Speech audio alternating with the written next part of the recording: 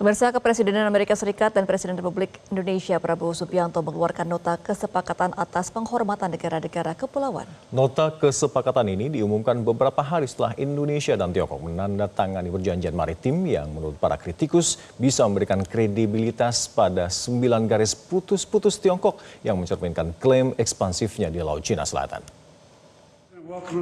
Dalam pertemuan dengan Presiden Prabowo, Presiden Biden mengatakan ia ingin memperkuat kemitraan dengan Indonesia dan memajukan kawasan Indo-Pasifik yang bebas dan terbuka. Deepening our comprehensive strategic partnership that includes deepening our security cooperation.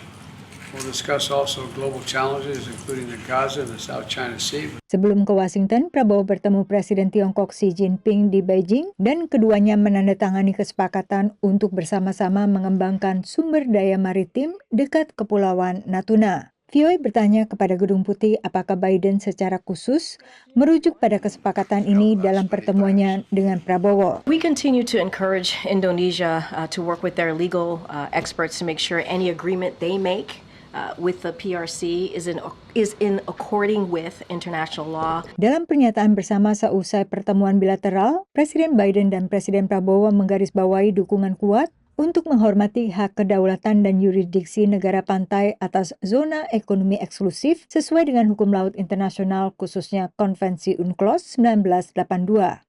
Amerika Serikat dan Indonesia juga mengakui pentingnya implementasi deklarasi perilaku para pihak di Laut Cina Selatan tahun 2002 dan menyatakan dukungan terhadap upaya ASEAN mengembangkan kode etik yang substantif di Laut Cina Selatan sesuai hukum internasional serta menghormati hak dan kepentingan pihak ketiga. Menurut pengamat, pernyataan bersama yang menggarisbawahi Laut Cina Selatan bukan berarti Amerika ikut campur urusan bilateral Indonesia dan Tiongkok. It doesn't matter directly for the U.S. because, of course, the U.S. does not have maritime disputes directly with China. I think it matters for Indonesia, and I think it also matters for other Southeast Asian states with maritime dispute. Up until now, have been very careful, mostly to avoid joint development language because it would seem to cede to China kind of the moral high ground or the legal high ground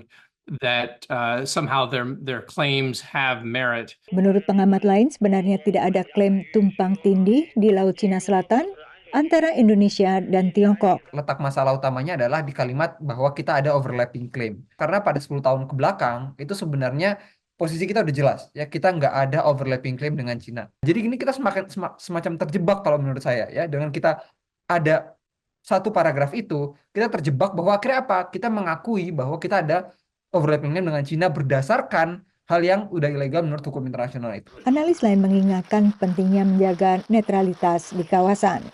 Indonesia adalah negara penggagas free and open Indo-Pasifik.